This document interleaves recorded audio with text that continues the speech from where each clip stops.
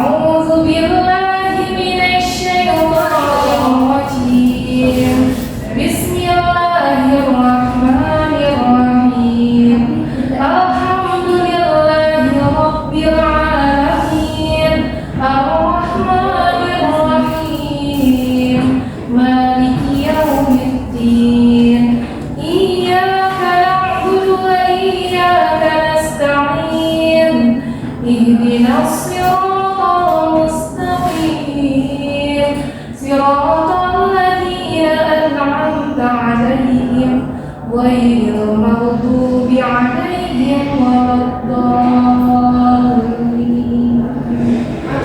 Sadaqallahul azim. Terima kasih kepada Revi. Selanjutnya Ibu akan mengabsen. Ada yang angka akhir? Ada yang oke, Masya Allah. Rajin kali ya kali ini. Nah, sebelumnya Ibu ada nggak yang ingat pembelajaran kita minggu lalu? Sifat dan tugas Masya Allah, pintar sekali ya. Nah, sekarang kita akan masuk ke materi tentang kisah teladan Nabi Lut. Anak-anak itu pernah dengar nggak istilah LGBT? Pernah. Ada yang tahu LGBT itu apa? Ibu, Nabi Muhammad oke, pintar sekali. Anak-anak ibu itu bilang benar ya. Nah, kita masuk ke materi kita tentang kisah teladan Nabi Lut. Nabi Lut itu adalah keponakan dari Nabi Ibrahim. Dia diutus ke negeri apa? Oke. Dia itu berdakwah di negeri Sodom. Dakwahnya itu melarang perbuatan keji. Kita masuk ke tujuan pembelajaran kita. Yang pertama tentang dalil Nabi dari kisah teladan Nabi Lut. Kedua tentang kisahnya. Yang ketiga tentang pesan moral. Dan keempat tentang hikmah atau Ibrahim.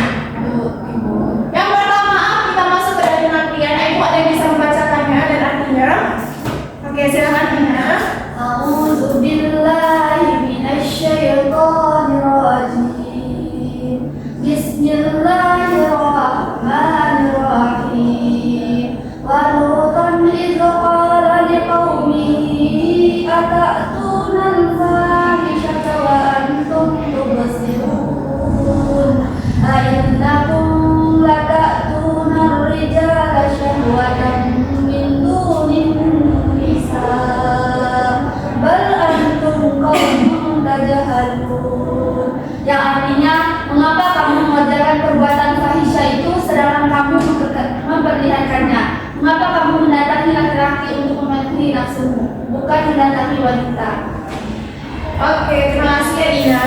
Nah, jadi jelas sekali ya bahwa perbuatan fahisyah itu adalah perbuatan yang sangat keji, sangat menjijikkan dan sangat dibenci oleh Allah Subhanahu wa taala. Itu tadi dasar hukumnya ya.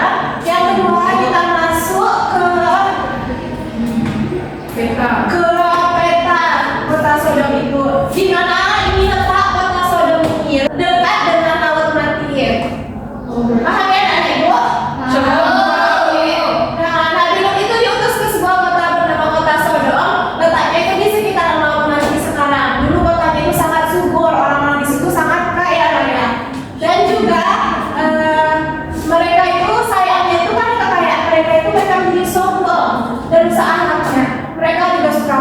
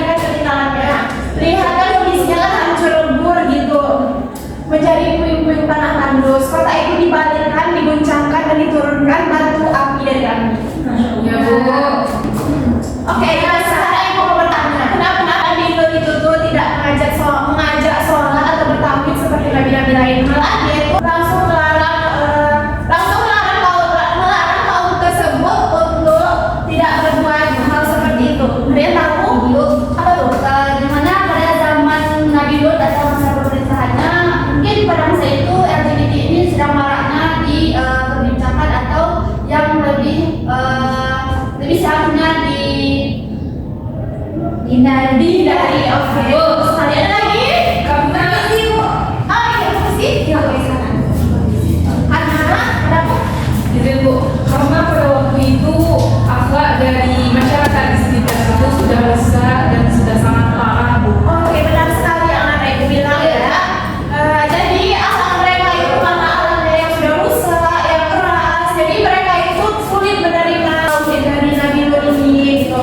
Nah selanjutnya itu tentang pesan moralnya. Jadi banyak yang pertama itu Allah itu maha adil. Jangan pernah kita mengira dosa yang kita perbuat itu tidak ada balasannya. Yang kedua kita menjaga fitrah. Manusia itu diciptakan laki-laki dan Perempuan. terus, nah, yang ketiga itu bahaya lingkungan. Kalau lingkungan kita sudah rusak, kita tuh harus pandai-pandai menjaga diri agar tidak terjerumus. Oke. Yang keempat itu peringatan keras. Itu adalah pembelajaran buat kita di zaman sekarang agar kita tidak mengulanginya agar tidak mengulangi kesalahan yang sama. Nah selanjutnya itu kita bahas tentang ibrah.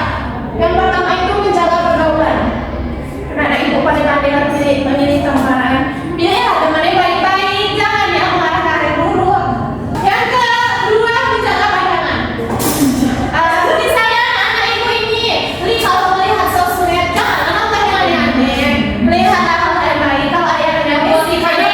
Iya, Kadang sengaja gitu. iya skip aja teman, dengerin aja. Kata orang itu Iya, nggak boleh mulai tentang kayak gitu, nggak boleh.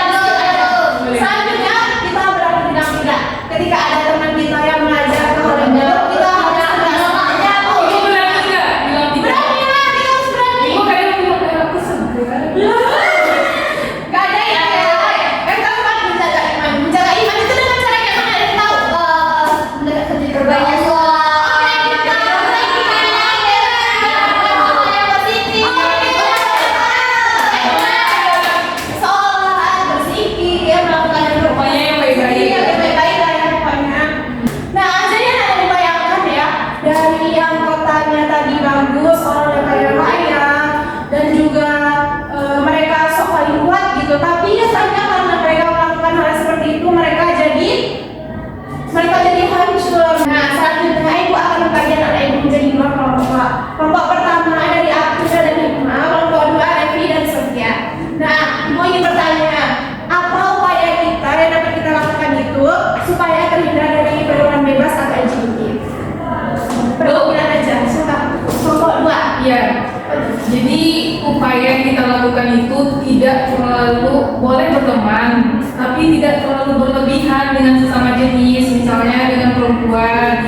Bertemanlah dengan selayaknya fitrah kita sebagai manusia. Jangan kita ada yang berteman sama cewek, kadang dia Berlebihan. Kalau yang perempuan mungkin udah biasa orang melihatnya. Kalau yang laki-laki ini kan agak dikasih. Pasti ya orang-orang berpikir itu tuh mereka LGBT. Iya, oke, bagus sekali kelompok dua. Kelompok satu ada bisa? Oke, menjaga keberkatan. Nanti kalau jangan ditolong tapi jangan terlalu berlebihan gitu. Nah, pintar sekali kelompok dua. Kita terus dulu. Kasih itu benar ya. Kita tuh harus menjaga sikap kita. Kita pandai-pandai berteman. Ya, pokoknya kita pandai-pandai menjaga pergaulan kita lah ya intinya. Nah, jadi cuma sampai di sini aja pembelajaran kita. Ada yang bisa menyimpulkan dari awal sampai akhir? Oke, silakan Fadilya. Di mana pada pelajaran kali ini kita membahas tentang Nabi Lut. Yang mana pada Nabi Lut itu terkenalnya dengan adanya LGBT, yaitu pergaulan sesama jenis. Jadi yang mana dahulunya kaum Lut ini dikenal dengan kaya raya, dengan prestasi yang begitu banyak, tapi